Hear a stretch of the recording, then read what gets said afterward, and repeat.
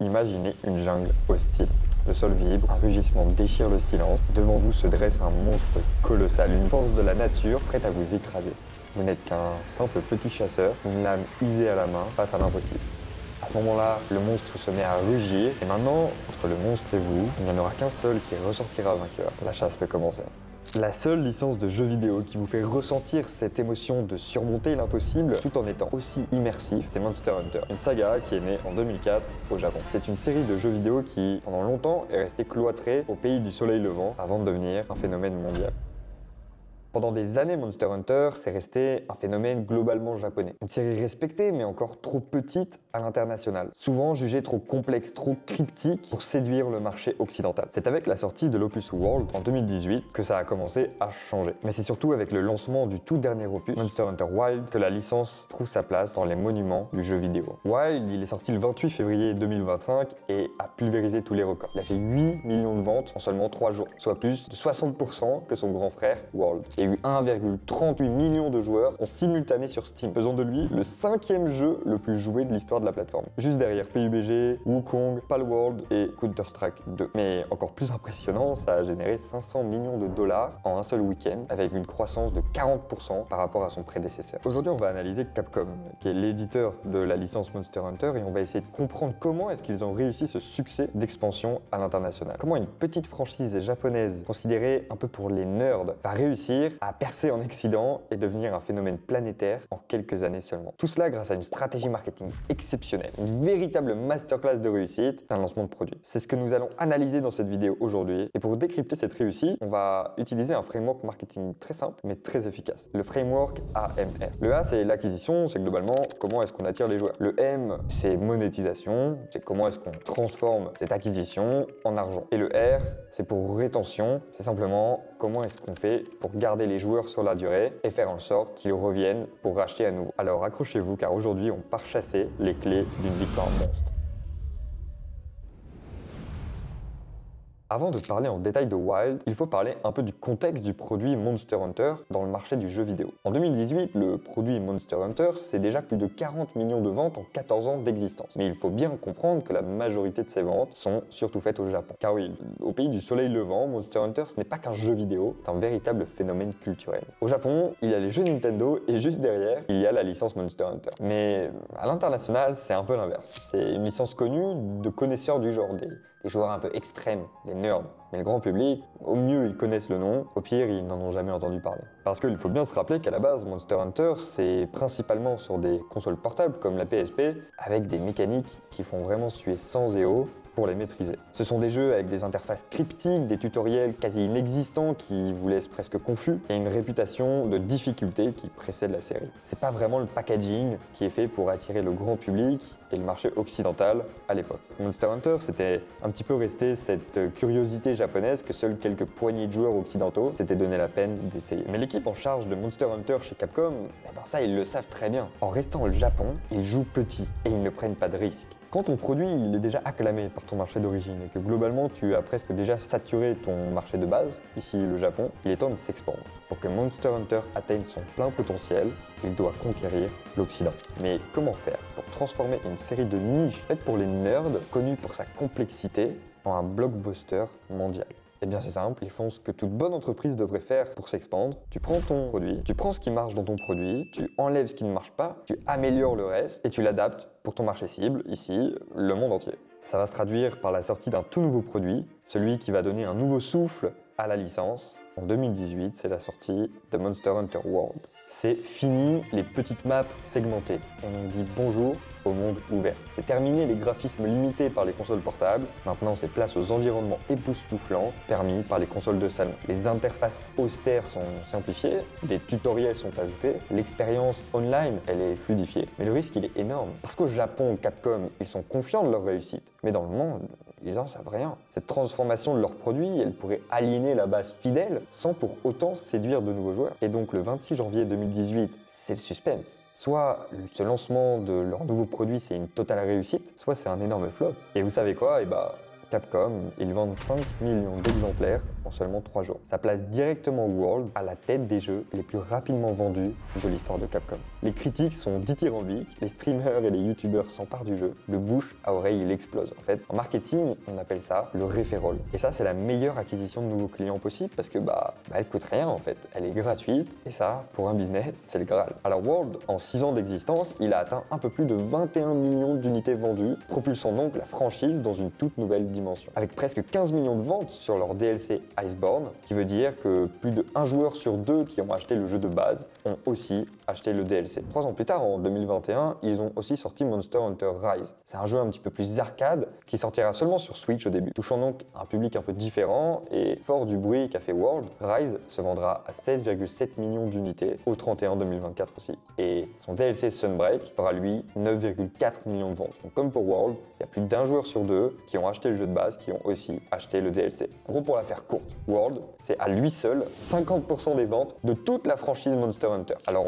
on en reparlera, mais ces chiffres démontrent une rétention énorme pour la gamme de produits Monster Hunter. Nous sommes donc face à un lancement de produit sous le signe de la réussite dans le monde entier. Capcom a réussi son pari à ramener une armée de nouveaux chasseurs qui n'avaient jamais touché à la série auparavant et à s'expandre à l'international. Mais une si grande réussite ne vient jamais sans nouveau challenge. En fait, une réussite si fulgurante, ça peut presque devenir une malédiction. Tu vois, quand t'es petit, personne ne te connaît, personne ne t'attend. Si tu fais un lancement et que tu échoues, au mieux, on va te féliciter d'avoir essayé, au pire, on va juste t'ignorer. Mais quand tu t'appelles Capcom, que ton produit best-seller de base, c'est un tout autre produit qui n'a rien à voir avec Monster Hunter, qui est bien plus grand public et qui s'appelle Resident Evil, et quand ta petite série de niche un peu pour les nerds à la base devient ton produit numéro 1 avec 108 millions de ventes en fin 2024, les attentes pour la suite, elles sont stratosphériques tout simplement. Et maintenant, t'as plus le droit à l'erreur. Et si tu veux pas devenir une licence sur le déclin comme Call of Duty ou les Assassin's Creed, il va falloir la jouer différemment. Il va falloir être capable d'innover tout en respectant la tradition, parce que maintenant il faut être capable de satisfaire les vétérans tout en attirant de nouveaux joueurs. Il faut être à la fois familier et innovant. Et ça, c'est le paradoxe du succès. Plus tu réussis, plus la barre pour réussir à nouveau est élevée. Et si Wild ne surpasse pas son prédécesseur, peu importe ses qualités intrinsèques, ce sera perçu comme un échec. Alors il faut bien comprendre une chose, c'est que Wild, il doit réussir sur 3 tableaux. En premier, il doit être capable d'acquérir de nouveaux joueurs et de faire revenir les anciens. En 2, il doit vendre un maximum d'unités. Et en 3, il doit retenir les anciens joueurs et les nouveaux joueurs sur le long terme. Et c'est là que vous allez voir que Capcom, ils sont vraiment très très forts. Ok, alors t'es Capcom, ton produit best-seller normalement c'est Resident Evil, et tu as ce petit produit à côté qui fonctionne très très bien dans une région du monde, au Japon, c'est Monster Hunter. Tu décides de tenter un changement drastique avec ce produit, de viser l'international, et ça marche. Un peu trop bien même, jusqu'à détrôner ton produit best-seller historique. Alors maintenant, tu dois réitérer cette réussite, parce que là ils ne sont pas dans une position à la Apple par exemple, où l'innovation est très limitée, et les gens continuent quand même d'acheter. Capcom, ils doivent prouver que World, c'est pas juste un coup de chance, et qu'ils sont vraiment capables de créer un produit qui répond parfaitement à la demande. Alors, quand tu es Capcom, tu fais quoi? C'est simple, tu reviens à la base du marketing et à la construction de bons produits. Tu combles un désir chez ton client. Et surtout, tu l'écoutes. Donc, tu prends des retours sur tes produits actuels, World, Rise, les DLC, etc. et tu t'adaptes aux demandes du marché. Car à la fin de la journée, c'est le marché qui a toujours raison. Et comme l'a très bien expliqué le marketeur Eugene Schwartz, il est important de ne pas créer un désir, mais de trouver un désir déjà existant et de se positionner dessus. Ok, alors on va faire une petite aparté marketing afin que vous puissiez pleinement comprendre le succès de Wild. Un bon produit, c'est avant tout une bonne big idea, ou pour les puristes en français, une bonne grande idée. Une bonne grande idée, ou big idea, elle doit être nouvelle, elle doit être excitante, elle doit être unique, et elle doit soit accélérer le désir ou le rendre plus grand, etc. Par exemple, dans le jeu vidéo Titanfall,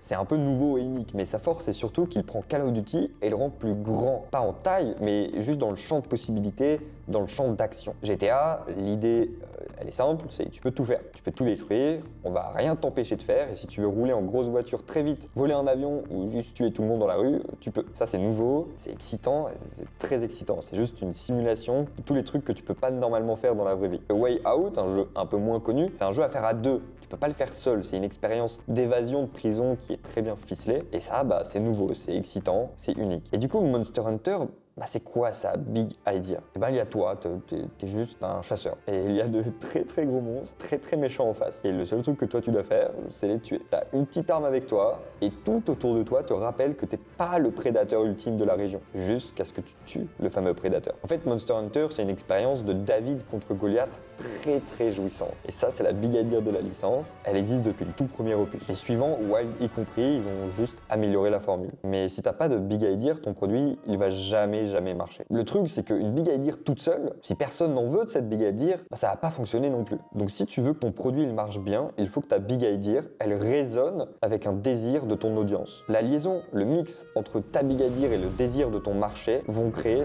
ce qu'on va appeler le message. Et là, on vient déjà de voir 2 des 3 points à cocher afin de valider un produit, selon un excellent marketeur américain qui se prénomme Dan Kennedy dans sa théorie du Result Triangle. Sur ce triangle, on peut voir 3 points. Et ces 3 points, ils doivent fonctionner ensemble. Et lorsqu'ils sont combinés, ils forment ce qu'on va appeler une stratégie marketing. Il y a donc le message, le marché et en dernier, le média. Bah oui, parce que si tu parles de ton jeu vidéo sur des magazines de bricolage, tu vas pas aller très loin. Alors justement, si vous avez compris cette petite aparté marketing, on va analyser grâce au Result Triangle comment Capcom, ils ont réussi à faire un lancement bien meilleur que celui de World en utilisant une stratégie marketing excellente. Et d'ailleurs, vous allez voir que Capcom a déployé une stratégie marketing innovante et totalement différente de celle qu'ils ont utilisée pour marketer World à l'époque. Nous sommes en décembre 2023 au Game Awards. Alors que personne ne s'y attendait, Capcom annonce via un trailer leur nouveau jeu Monster Hunter Wilds. C'est 14 mois avant la sortie du jeu. 14 mois, c'est long, très long. La hype, elle peut descendre, le jeu, il peut être totalement oublié. À titre de comparaison, ils avaient annoncé World seulement 6 mois avant sa sortie. Mais Capcom, ce qu'ils font, c'est plutôt un pari sur la longueur. Ils posent les bases d'une attente prolongée. Ils estiment que la hype, elle ne va pas diminuer et que justement, ça leur permet d'instiller une petite graine dans l'esprit des joueurs pour les préparer à ce qui arrive. Et en été 2024, Capcom, ils lancent une offensive marketing. Ils mettent en place des trailers sur YouTube, il y a des vidéos d'armes quotidiennes qui décortiquent chaque style de combat. En gros, ils relancent l'intérêt des fans semaine après semaine. À la Gamescom, leur showcase, ils raflent plusieurs prix, dont le prix Most Epic et celui du Best Trailer, ce qui continue de capter l'attention des joueurs, des journaux spécialisés, etc. Donc tout ça c'est bien, on a le bon message, on a le bon marché et on utilise les bons médias. Enfin, vraiment, est-ce qu'on utilise vraiment les bons médias ? Faire des vidéos sur les armes ou aller dans des conférences de jeux vidéo, c'est cool, hein. Mais est-ce que c'est vraiment ce qui va leur permettre de faire le lancement qu'ils attendent et de surpasser leur dernier gros lancement qui était celui de World? On est, je veux dire, il faut pas oublier, on est en 2024-2025 à ce moment-là. Et de nos jours, qu'est-ce qui a le plus de viralité et de moyens de nous convaincre, nous, pauvres consommateurs, qu'un produit vaut la peine d'obtenir notre argent durement gagné? Ouais. Si vous l'avez deviné, c'est effectivement les réseaux sociaux. En fait, c'est simple. Si aujourd'hui les gens voient beaucoup ton produit, il y aura de grandes chances qu'ils aient beaucoup envie de l'avoir. Enfin, à une condition évidemment, c'est que ton produit soit bon. Mais ça, Capcom, on l'a dit juste avant, ils ont vraiment écouté les retours des joueurs et ils ont pris le temps de sortir un bon produit. Mais un bon produit dont personne n'entend parler, bah, c'est juste un bon produit. C'est pas une réussite marketing. Mais alors comment tu fais pour être présent partout sur TikTok, YouTube, Instagram, etc. quand ton produit, il est même pas sorti? Tu peux essayer de faire de la hype, de sortir des trailers, mais c'est pas ça qui va t'emmener vraiment loin. Personne n'est vraiment intéressé pour faire du contenu tous les jours pendant des heures à regarder ton trailer. Peut-être faire 1 minute de vidéo, peut-être 15 minutes pour analyser ton trailer, mais c'est tout.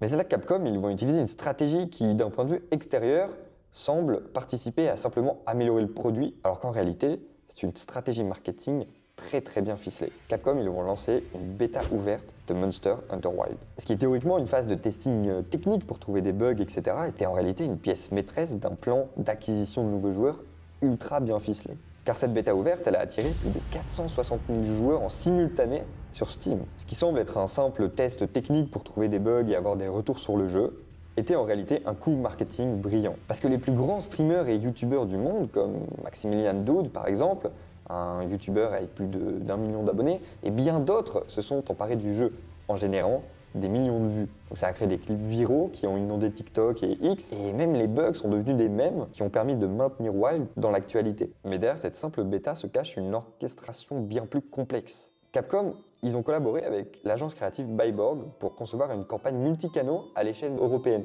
Ils ont mis des affiches digitales, ils ont fait de l'influence marketing, Ils ont une présence sur les réseaux sociaux, etc. Mais surtout Capcom, ils ont investi plus de 1,7 million de dollars en marketing d'influence avec l'aide de Stream Hatchet, un spécialiste de l'analyse du live streaming. Donc, leur mission, c'était d'identifier les influenceurs capables de générer de l'engagement massif et de la viralité organique. Et le résultat de cette stratégie, c'est 626 millions de vues, avec seulement 2,7% de ces vues qui étaient sponsorisées. C'est la preuve que les créateurs, ils voulaient vraiment parler du jeu. Et ça, c'est le meilleur marketing qui existe. Cette stratégie, elle transforme directement l'awareness en acquisition et cette acquisition en monétisation avec les précommandes. Alors on ne connaît pas exactement les chiffres du nombre de personnes qui ont précommandé le jeu, mais on peut s'attendre que sur beaucoup de testeurs de la bêta ouverte, beaucoup ont précommandé le jeu parce qu'ils avaient testé le jeu, ils savaient à quoi s'attendre. La machine marketing, elle est en place. Les précommandes montent, la tension augmente. Le 28 février 2025 approche à grands pas et Capcom prépare une invasion. La question que tout le monde se pose maintenant, c'est est-ce que Wild va faire mieux que son grand frère et exploser les scores, ou bien va-t-il se ridiculiser?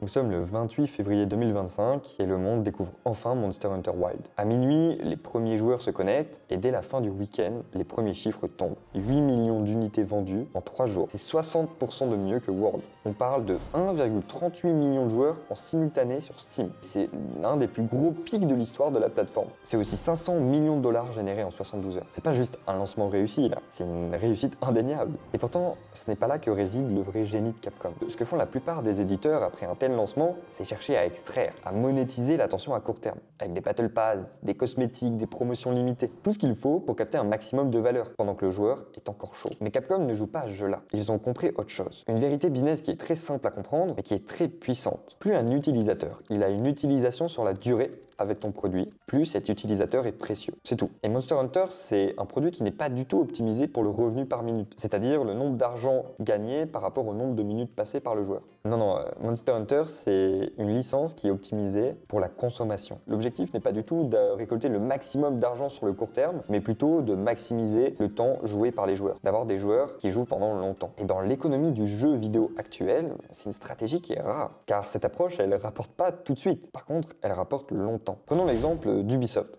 Un joueur moyen sur Assassin's Creed Valhalla, il va jouer entre 15 à 30 heures maximum. D'où l'intérêt pour Ubisoft d'intégrer un max de monétisation dans ce laps de temps. Des boosters d'XP, des packs de cosmétiques, du contenu exclusif, etc. Et chez Capcom, c'est totalement l'inverse. Monster Hunter World, il accompagne le joueur pendant 50, 100, 200, voire parfois 500 heures. Plutôt que de vendre des raccourcis ou une manière d'aller plus vite, Capcom, ils vendent la profondeur. Un gameplay riche, des systèmes interconnectés avec une difficulté gratifiante. Et c'est précisément parce qu'ils ne forcent rien que les joueurs rachètent. Iceborne, Sunbreak, plus d'un joueur sur deux ont acheté les DLC à chaque fois. Et pas parce qu'il le fallait ou parce que ça permettait d'aller plus vite, mais parce qu'ils voulaient plus. Et ce modèle, c'est le rêve de tout éditeur sain. Un produit premium, stable, qui continue de se vendre sans user la base de joueurs. Et ça, Capcom, ils l'ont bien compris et ils le protègent. Juste après le lancement de Wild, qui a été une très grande réussite, ils ont fait 3 choses. D'abord, ils ont corrigé les premiers gros bugs qui sont apparus en seulement 5 jours. Ensuite, rapidement, ils ont annoncé du contenu gratuit dès avril, pour tout le monde. Et enfin, le jeu laisse les joueurs respirer. Il n'y a pas de microtransactions, il n'y a pas de fausse urgence. Tu as acheté un jeu et tu joues au jeu. Et ça, ça marche. Un mois après la sortie, Monster Hunter Wild, il arrive à maintenir plus de 300 000 joueurs actifs quotidiens sur Steam, sans utiliser de lootbox, sans de battle pass, sans bullshit. Et pendant que les joueurs jouent, Capcom, il continue de construire. Il prépare déjà les prochaines extensions, les prochains DLC, les prochaines collaborations. Ils ne vendent pas plus parce qu'ils le demandent, mais parce qu'ils le méritent. Et c'est là que, pour prouver mon point, l'économie prend le relais. Suite à la sortie du jeu, l'action de Capcom, elle a pris 8%. Là où des entreprises comme Ubisoft sont en déclin et ils ont sorti leur dernier opus Assassin's Creed Shadow, leur action n'a pas pris 8%. Bien la preuve que le marché a compris où était bien l'argent. Monster Hunter, c'est aussi devenu la première franchise de Capcom. Et les analystes ont revu à la hausse leurs prévisions pour Capcom, misant sur ce qu'on appelle une long tail avec des revenus stables et prédictibles. Alors ce que Capcom ont réussi à faire, c'est pas simplement un bon lancement, c'est avoir lancé un véritable business model qu'ils vont pouvoir garder pendant des années. Dans un marché où la plupart des éditeurs veulent faire le plus d'argent le plus rapidement possible, laisser les joueurs respirer, ça fonctionne et ça rapporte. Et c'est là toute la force de Capcom. Ils ont montré qu'on peut réussir un lancement massif sans brûler sa base de joueurs et qu'il est possible de construire une croissance durable sans tomber dans la dépendance au court terme. Mais attention, parce que ce modèle, il n'est pas garanti. Car plus tu gagnes, plus tu es tenté de dévier. Et comme expliqué précédemment, plus tu réussis, plus tu es attendu. Et l'histoire du jeu vidéo, elle est remplie d'éditeurs qui, après un coup de maître, ont glissé. Alors, pour que Capcom tienne ce cap, que Monster Hunter continue de régner, il faudra continuer de faire ce que peu d'éditeurs acceptent de faire, prioriser la rétention, l'écoute, l'intégrité produit, plutôt que de céder à la pression des investisseurs. Et c'est exactement ce qu'on va voir maintenant. On va analyser ensemble les leçons de cette masterclass, mais surtout, on va voir les erreurs à éviter pour ne pas tout gâcher.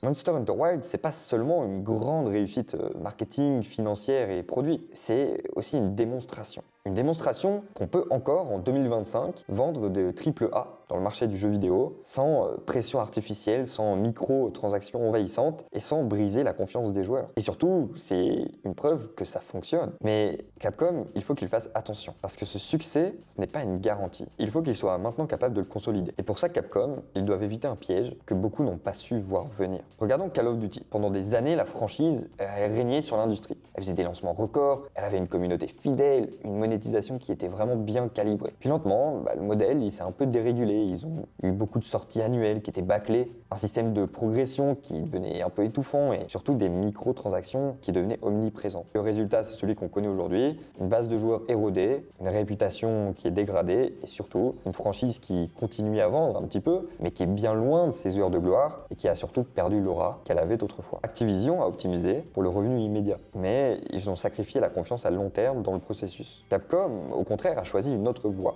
Ils n'essaient pas de soutirer le maximum de valeur dans un court laps de temps, ils optimisent pour une consommation du produit durable. Et ça veut dire un joueur qui joue longtemps, profondément et régulièrement. Parce que évidemment, ça sert à rien que ton joueur n'ouvre ton jeu qu'une seule fois. Et c'est là toute la clé, car un joueur qui s'immerge dans un jeu, il reviendra naturellement pour les DLC, il parlera du jeu autour de lui, et surtout il deviendra un client fidèle, sans qu'il ait besoin d'être manipulé. Capcom ne cherche pas à vendre plus, il cherche à mériter plus. Et ça, c'est un positionnement qui est tout de même assez rare dans l'industrie des jeux AAA. Et là où Capcom ont été très bons, c'est qu'ils ont su maîtriser leur framework AMR de A à Z. Avec l'acquisition qui a été maîtrisée de bout en bout, avec une campagne construite sur 14 mois, avec des influenceurs bien choisis, en utilisant la bêta ouverte qui est partie virale. Avec leur monétisation qui était simple, claire, pas de piège, il n'y a pas de frustration intégrée, tu payes le jeu, tu le reçois en entier et t'as pas besoin de payer plus par la suite. Et ça peut ne pas sembler être beaucoup, mais en fait ça aide beaucoup à la rétention. Et justement la rétention, elle est naturelle, elle est méritée et elle est surtout prolongée par un endgame qui est solide et qui tient ses promesses. Les joueurs restent et repayent les DLC et les jeux suivants. Mais pour que ce modèle tienne, Capcom, ils vont devoir rester fidèles à cette vision. Car les tentations, elles sont là. Il y a la pression des actionnaires, il y a le modèle de jeu-service qui est ultra lucratif à court terme. C'est l'appât de l'ultra-monétisation. Et ça, on l'a vu avec beaucoup d'éditeurs. On l'a vu avec Ubisoft, on l'a vu avec EA, on l'a vu avec Activision. Mais s'ils tiennent ce cap, celui du produit, du marketing patient, de la fidélisation naturelle, Monster Hunter, ça ne va pas juste être une licence japonaise à succès, ce sera le fer de lance d'un modèle économique puissant pour les années à venir. Et c'est peut-être ça la vraie leçon de Wild. Dans une industrie qui récompense souvent l'extraction rapide, Capcom rappelle que le vrai pouvoir, c'est d'avoir un produit si bon que les gens veulent juste rester. Si t'as aimé ce genre d'analyse, alors tu vas adorer ce que j'envoie dans ma newsletter L'Avant-Poste. Chaque semaine, j'y partage des réflexions concrètes sur le marketing direct, sur le copywriting, sur la monétisation, les analyses de marque, etc. Mais c'est sans bullshit, il n'y a pas de hack bidon. T'apprends pas à vendre en utilisant des codes promo. Moi, je te parle juste d'idées solides pour vendre de manière durable et rapide, même quand tu n'es pas une marque connue ou que t'as pas un budget marketing à 6 chiffres. Alors si tu veux apprendre à vendre sans manipuler, à construire une activité qui tient debout, même sans utiliser des promos en permanence ou en utilisant des promesses irréalistes, le lien il est en description. Tu peux t'inscrire, tu vas recevoir mes mails et tu pourras décider si tu veux rester ou partir. C'est totalement gratuit, alors je te dis à bientôt pour une nouvelle vidéo et n'hésite pas non plus à lâcher un like, à t'abonner, à laisser un petit commentaire. Ça m'aide beaucoup, je suis encore une petite chaîne, donc ça me ferait vraiment plaisir. C'était Lilian, à la prochaine.